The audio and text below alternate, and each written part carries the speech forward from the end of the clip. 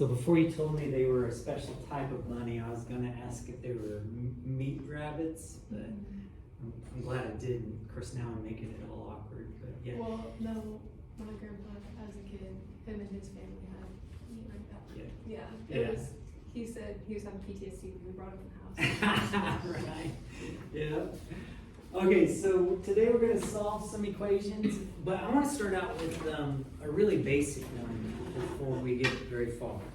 Will you guys write down absolute value of x equals, I don't know, 4? Write that down at the top. So we're going from just evaluating absolute value. That was supposed to be a review thing, evaluating absolute value, but now we're solving absolute value equations. So let's think about this. What are some possible x answers or solutions that would work here? What could x equal? And make this true. X could be 4, couldn't it? X could be 4. Do you guys agree that that would work? But is that the only possibility? What else could x equal? -4. Exactly. Because what's the absolute value of -4? 4. So here's the thing. On most of our equations here that we're going to solve, how many answers are you going to have? You're going to have 2. You're going to have 2 solutions, okay? So our objectives are solve absolute value equations. We've done our first one. We're also going to solve absolute value equations by isolating the absolute value. That's going to be important. We'll get to that here in a second. And it talks about what an absolute value equation is. It contains an absolute value expression.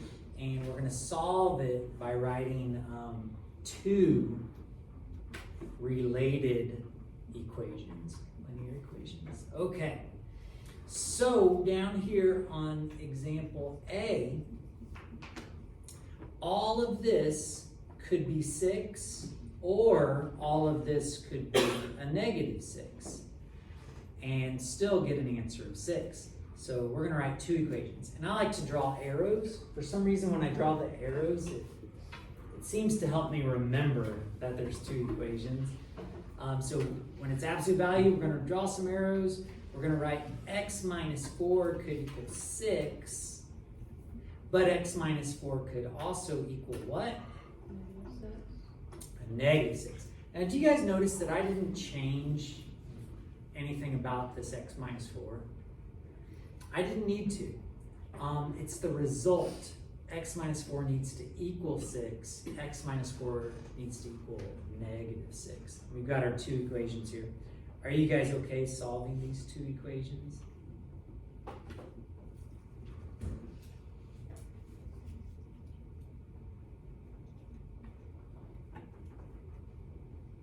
What do you guys think about your first absolute value equation? You good?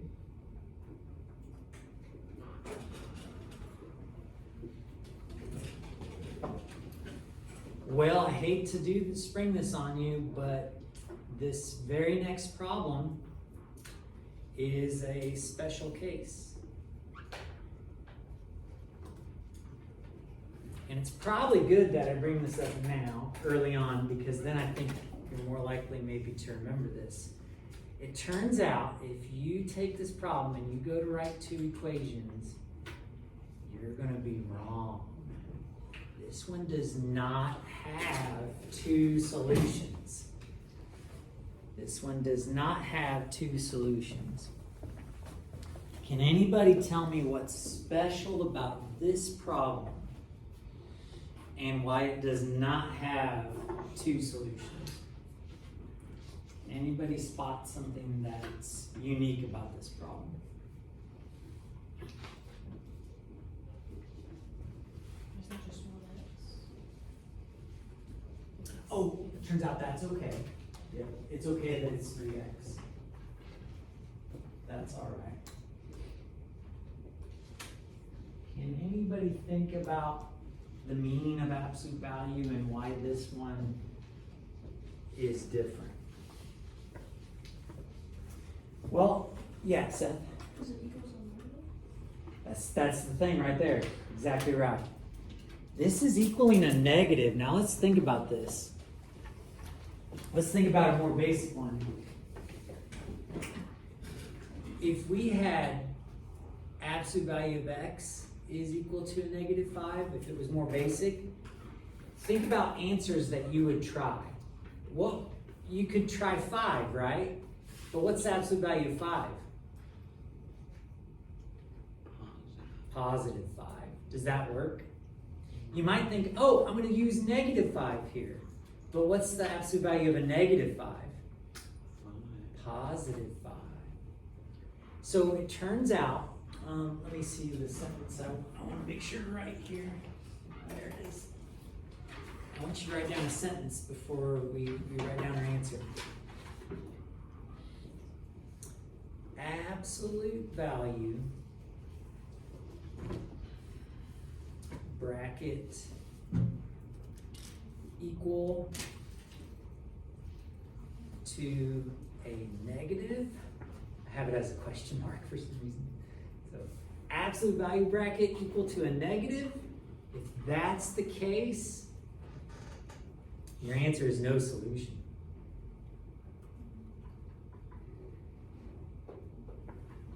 Now listen, when I was in your shoes and doing these problems, there was plenty of times where I just totally didn't notice that negative. I wrote 2 equations, one with a positive 5, one with a negative 5, and I got 2 answers, but guess what? Neither of those answers actually worked. So that's what's tricky about these, is it's so easy to skip that and not see it, but it's very important, okay? It's very important. But hopefully talking about it right away, you'll be more on notice for it. Any questions on why that's no solution? You guys cool with that? So a little bit tricky.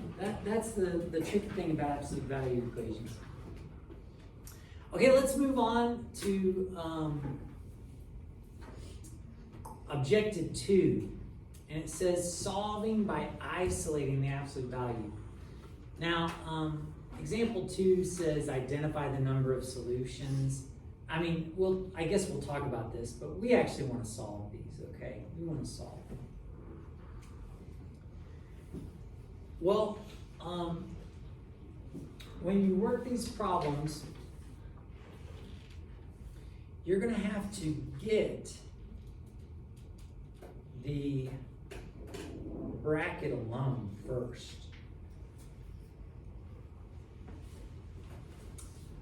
Before you write your 2 equations, you need to know what the absolute value is equal to. Right now, the absolute value bracket is not equal to a negative 4. The absolute value bracket is going to be equal to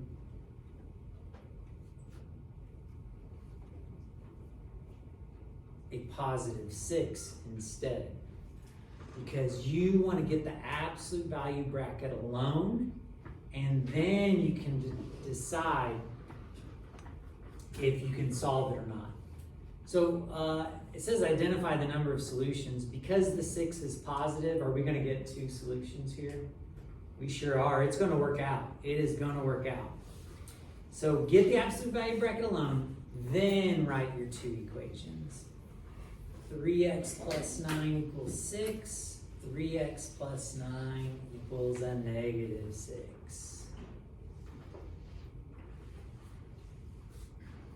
And then you can solve your 2-step equations. You can subtract a 9 over, get negative 3, divide by 3, get negative 1. But if you need to show your work, I totally get it.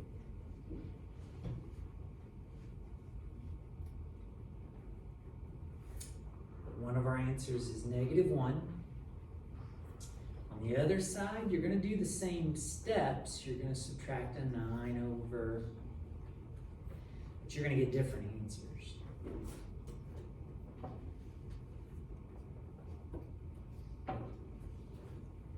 Now I went ahead and boxed it in, but class, keep in mind you can always check your answers. If you plug a negative 1 in, that'll get you negative 3. plus 9 is 6. Absolute value of 6 is 6. Negative 5 times 3 is negative 15. Negative 15 plus 9 is negative 6. But what's the absolute value of a negative 6? 6. So both of these answers work.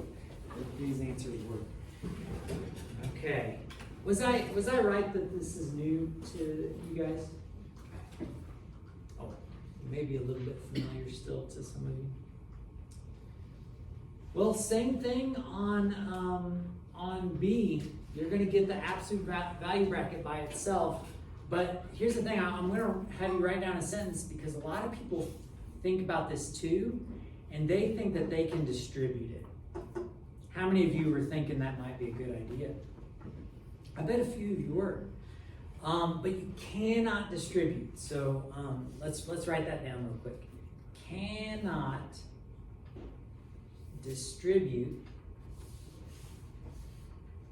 into an absolute value bracket.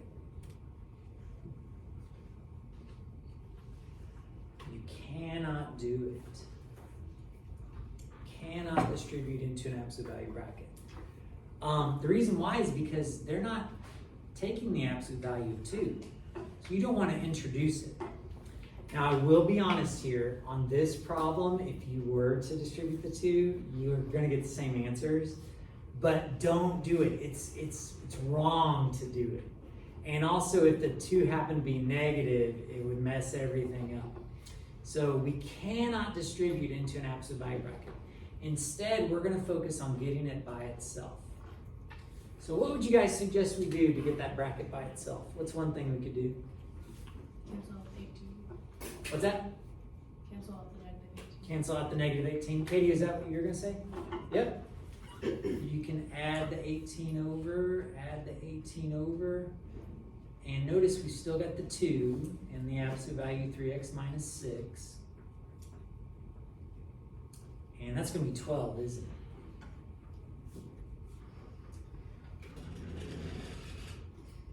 Well,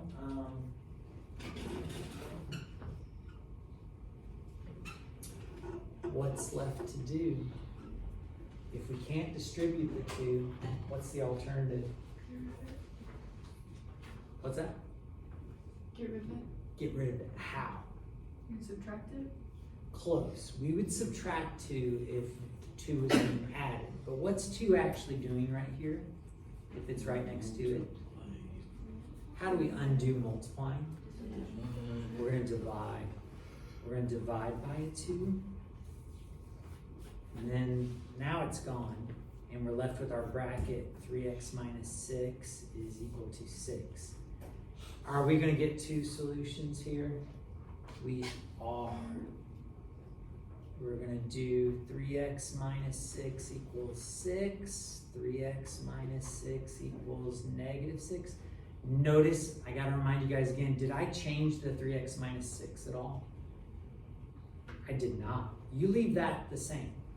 You write your 2 equations to help you get the absolute value correct answers.